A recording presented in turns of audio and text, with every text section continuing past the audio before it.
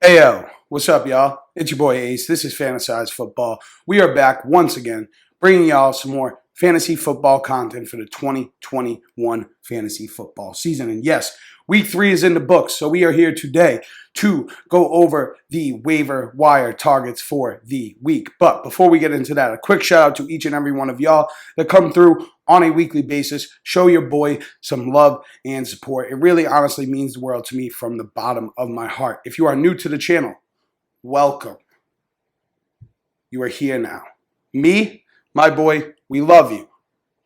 I hope all y'all enjoyed today's video. If you do, at any point, make sure to leave a like, drop a comment, and subscribe to the channel. Help me reach my new goal of 500 subscribers on YouTube by the end of the fantasy football season. But we got a lot to talk about today. Week 3 was a very odd, weird week. Unfortunately, we've seen some tough injuries. Mccaffrey down, of course. So without further ado, let's get into the waivers. I got some extras for y'all this week.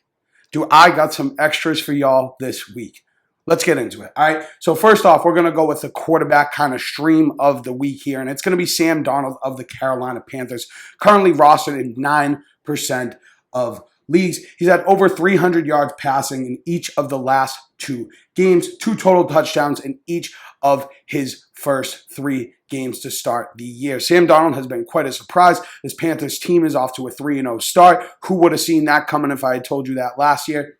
Probably not many of y'all, but I wouldn't have either. But here we are. Sam Darnold looks good. He's coming in this week with a matchup against Dallas, which I love.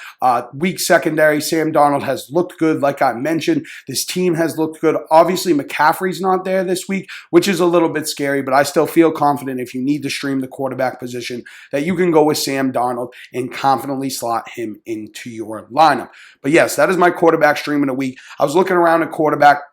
Not a lot of guys that I was really too excited about, so I decided to just go with one this week. But without further ado, let's move on to the running back position. And the first player we have to talk about is Chuba Hubbard of the Carolina Panthers, currently rostered in 11.3% of leagues. Chuba Hubbard should be your number 1 priority on waivers this week, no matter what. I don't give a shit. Christian McCaffrey manager, not owner, that's what we say, manager. Christian McCaffrey, manager or not, go out and prioritize Chuba Hubbard this week. Obviously, Christian McCaffrey's expected to miss probably about a couple of weeks, and Chuba Hubbard is probably more than likely the next man up here. You have Royce Freeman there as well, which we'll get to a little bit later on. But Chuba Hubbard should be the main benefactor of this Christian McCaffrey injury. He saw 14 touches after Christian McCaffrey went out. This offense, like I just mentioned with Sam Darnold, has looked very good. He's got a matchup here against Dallas. And in these coming weeks, until McCaffrey gets back, you could probably expect somewhere in that 15 to 17 touch range for Chuba Hubbard. Somewhere around there, he should be floating around that area. So obviously, he will be very valuable. You can slot him in right away as a flex or even as like a low-end RB2 if you really have to and feel relatively confident based on what we've seen from the Panthers so far this season. So if you have a top waiver priority, you should be out trying to get your hands on Chuba Hubbard above anybody else. But if you need help at the running back position and Chuba Hubbard is not a guy you're going to be able to get your hands on, the other player I would be looking at is Gio Bernard of the Tampa Bay Buccaneers. Now, Gio came along a little bit slowly. I'm sorry. He's rostered in 12.3% of leagues. He came on slow, right? I think he was kind of learning the playbook, whatever. Arians had said, hey, we're not going to, this is how we're going to kind of use him, whatever. I was not buying that shit. I was not buying it. But you know what I'm doing now? I'm buying in on Gio Bernard because after 5 targets in the first 2 weeks, he comes out and he gets fucking 10 targets in week 3. And he was his efficiency in terms of his yards per catch wasn't great. I believe he had 55 yards on 9 catches, but he caught 9 out of those 10 balls. Tom Brady loves to have a pass-catching running back, and I can see Gio Bernard having a role in this offense moving forward as the passing downs back. Leonard Fournette, Ronald Jones handle a lot of work on the ground. You probably won't see a lot of groundwork for Gio, but if he's going to be somewhere in that 6 to 8 target a week range going forward, then obviously there's a lot of value there, especially in full PPR leagues. So if you're looking for running back, actually, never mind, backtrack, sidebar, hold on, back up, wait, whoa, ho, hey, yeah, I don't give a shit. Chuba Hubbard is your top waiver priority. Are you listening? He's your top priority. And then if you need running back and you can't get Chuba Hubbard, it's Gio Bernard of the Tampa Bay Buccaneers. But let's move on to the wide receiver position where we have A.J. Green of the Arizona Cardinals, currently rostered in 24.8% of leagues. He's had six targets each of the first 3 weeks, right? Connected with Kyler Murray this week a lot better. Looked like he was kind of a little more adjusted here. We know what A.J. Green can be, what he has been. I thought he was a little washed, but after this week, who knows? He had a touchdown in week 2 and over 100 yards last week. So he's kind of getting adjusted a little more. Him and Kyler, like I just kind of alluded to, are connecting a little bit more. This is going to be a potent, high-scoring offense with a lot of opportunity for all skill positions, the running back, the wide receivers, whatever.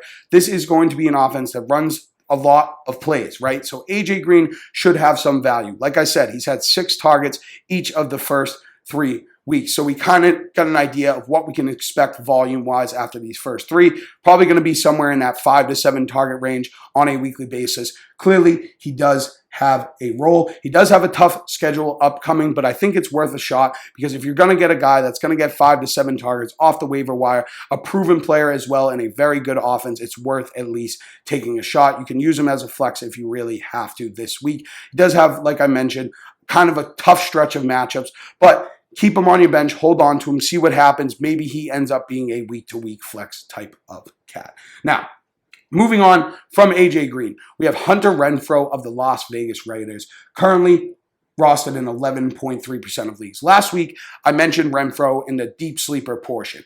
Now, this week, he's taken a step forward. He is looking legit. It looks like he has a real steady role in this offense through 3 weeks. He's looking like a very safe kind of like PPR option at least. And over these past few weeks, right? 6+ targets, 5+ catches, and 50+ yards in each of the first 3, right? And then last week he scored the touchdown. Does he have a massive ceiling? No, he doesn't. But he is relatively safe. You should feel confident throwing him in there that he's going to get you, especially in full PPR, probably 5 to 6 catches for 50 to 70 yards. And if he gets a touchdown, great, but he's not going to lose you a week either. So I do like Hunter Renfro as one of my wide receiver targets on the waiver wire this week. He has a matchup with the Chargers in week 4 that I expect to be a high-scoring matchup, a game where both teams are throwing the ball quite frequently, so you can slot him in right away as well. Now, the third wide receiver I want to talk about is Emmanuel Sanders of the Buffalo Bills. Now, I feel like I have to mention Emmanuel Sanders. I wasn't really in on Emmanuel Sanders at all this year, but he's quietly had 6 or more targets in each of the first 3 weeks. And last week, he exploded for the Bills. He scored 2 touchdowns. So there is a role here for him. He is going to be getting relatively consistent volume. At least it seems that way through the past 3 weeks. This is, again, kind of like what I just mentioned with the Cardinals, an offense that's going to be throwing the ball quite frequently. They're going to be a high-scoring offense. So Emmanuel Sanders is definitely at least worth a shot. And his next 3 matchups are Houston, Kansas City, and Tennessee. So Houston, they might blow them out, and maybe we don't see much of Stephon Diggs, Emmanuel Sanders, Cole Beasley if they get out to a big early lead. But then Kansas City and Tennessee, those are both games that I expect to be shootouts, a lot of passing volume, which is obviously great for Sanders and the rest of the pass-catching options. Now, those are my 3 major ones, but there are 2 other players I do want to talk about really quickly, and one of them is Terrace Marshall Jr., currently rostered in 14.3% of leagues, 14.3% of leagues, and also Emmanuel Sanders rostered in 23.3% of leagues. My bad. So anyways, Terrace Marshall, though. I wanted to mention him in the deep sleepers, but I only do 10% of lesser players that are rostered in 10% or less of leagues for the deep sleepers. So I figured I'd just throw Terrace Marshall in here, right? I just think with Terrace Marshall, he could see some increased work with Christian McCaffrey out of the lineup, right? Because that opens up somewhere in that like 7 to 9 targets a week without Christian McCaffrey there. Obviously, Chuba Hubbard will handle some of that, but the rest of those targets do have to go somewhere. This team is going to be throwing the ball, especially this week against Dallas. So I think Terrace Marshall's a good guy to look at as well. If you have like a later waiver priority or you're in a deeper league and he is available, I would be looking at Terrace Marshall for sure. And then the other player I want to talk about is Josh Gordon of the Kansas City Chiefs now. He is reinstated into the league. This Chiefs team does not have an established second weapon, so Josh Gordon is at least worth a shot. He's actually rostered in 5.6% of leagues already, which is kind of odd. I don't know. That must just factor in maybe like Dynasty or something. I don't know. I don't know anyone in redraft that was drafting Josh Gordon when he wasn't in the league, but whatever. That's beside the point. He could have some value here if he's on the Chiefs, if he can kind of take over as that number 2 option, right? We've never really seen it. You know, you have Kelsey, you have Tyreek Hill, but if Josh Gordon is the Josh Gordon of old, if he's actually ready to go now, then this could be a very, very, very, very, very valuable player to have on your fantasy football team. So if you're in a deeper league, or even in any league, honestly, you want to take a shot on Josh Gordon. I don't have a problem on that whatsoever. I don't know how soon he's going to play, but I do think there's a lot of upside there, so he's definitely worth taking a shot on. So look at that. You got 5 fucking wide receivers from me this week. Holy smokes. That's more than usual, you know. That's more than 4, but it's less than 6.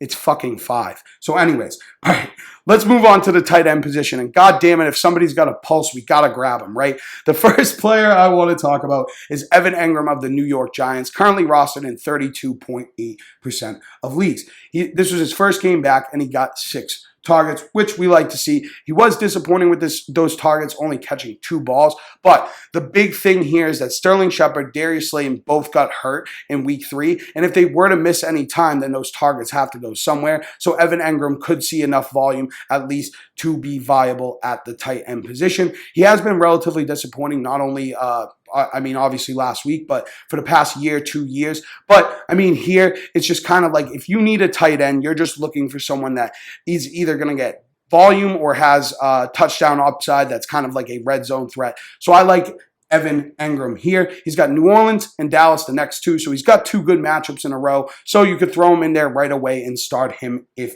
you have to. Now, moving on from Evan Engram, look at this. More extras. I got 2 tight ends for you because I watched the Monday night game and it's Tuesday morning. And I am here now to tell you that another guy, tight end, has a pulse. Holy shit. It is Dalton Schultz of the Dallas Cowboys, currently rostered in 2.5% of leagues. He's had 6 or more targets in 2 of the first 3 games. He scored 2 touchdowns last night as well. This Dallas team is going to throw the ball quite frequently. They're going to be a pass-heavy offense. So Dalton Schultz, if you need tight end, him, Evan Engram, it's really up to you, man. If it were me, I'd probably go with Engram, I guess, just because I think the volume is more like the volume will probably be there more for him, but I think that the targets for Schultz will probably be more valuable coming from Dak Prescott than Daniel Jones.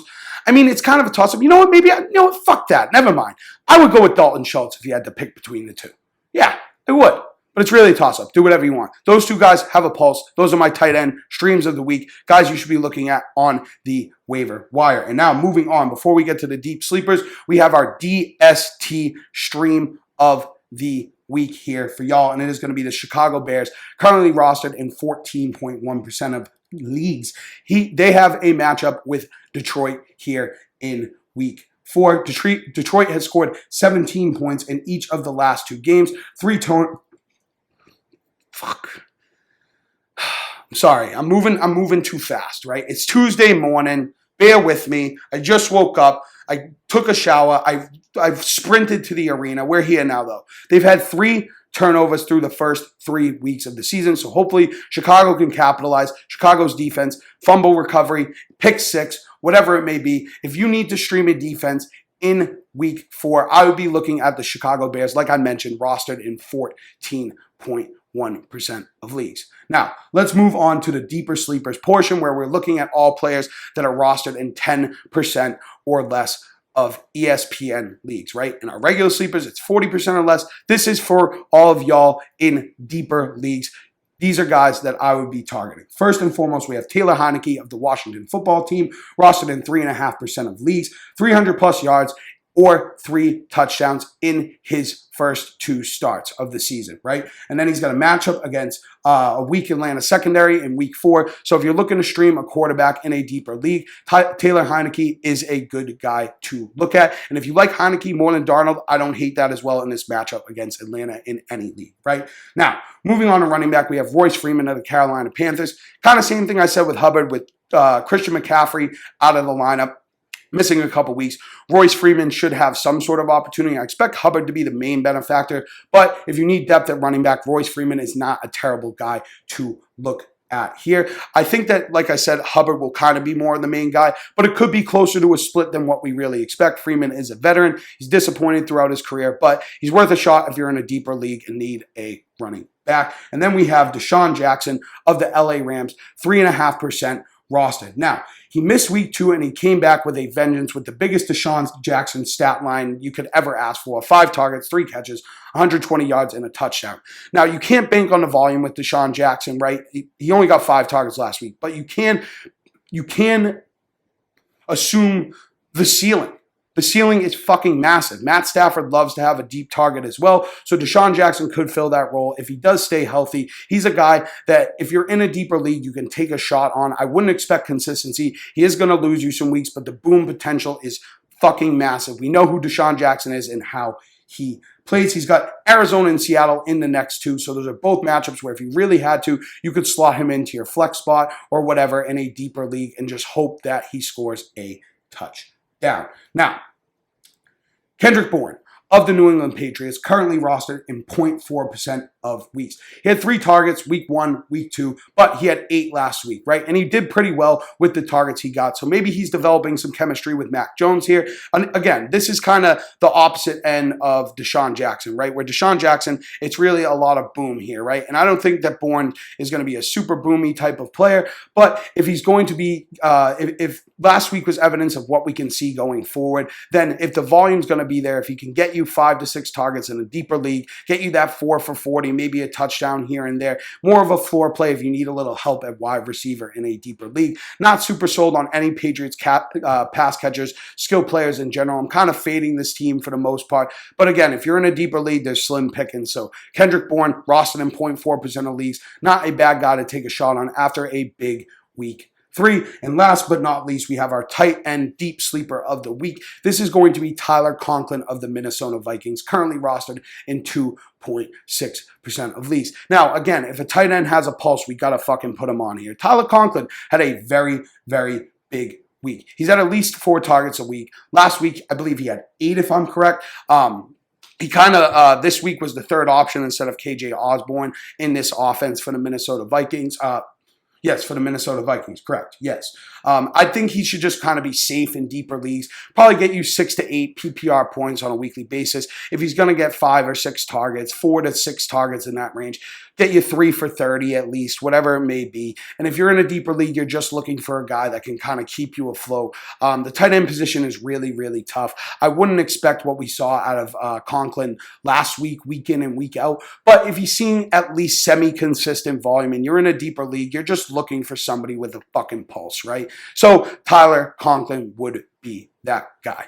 But that is all, y'all. That is all there is for today. Those are my waiver wire targets for week 4 here. I hope you guys enjoyed the video. If you did, make sure to leave a like, drop a comment, and subscribe to the channel. Help me reach my goal of 500 subscribers on YouTube by the end of the fantasy football season. Share this shit too, man. Get it out there. Get it to your friends, your family, anyone you know that plays fantasy football. Help the channel grow, man. I would really, really, really honestly appreciate it. It would mean the absolute world to me. Make sure you follow my socials down in the description as well. I'm not sure if we're going to have a Saturday start-sit video or not. I have a wedding that I'm supposed to go to on Friday. I usually record that Friday. I'll keep you posted. You guys will know on Thursday's video, I'll let you know for sure whether or not I am going to be doing a video Saturday. If not, I'm sorry. You can still drop your start sits questions. I will answer them none the less. Do not worry about it. But that is it. That is all. That is all there is. Me, my boy, we are out. We will catch y'all next time. And as always, thank you. Love you. Peace.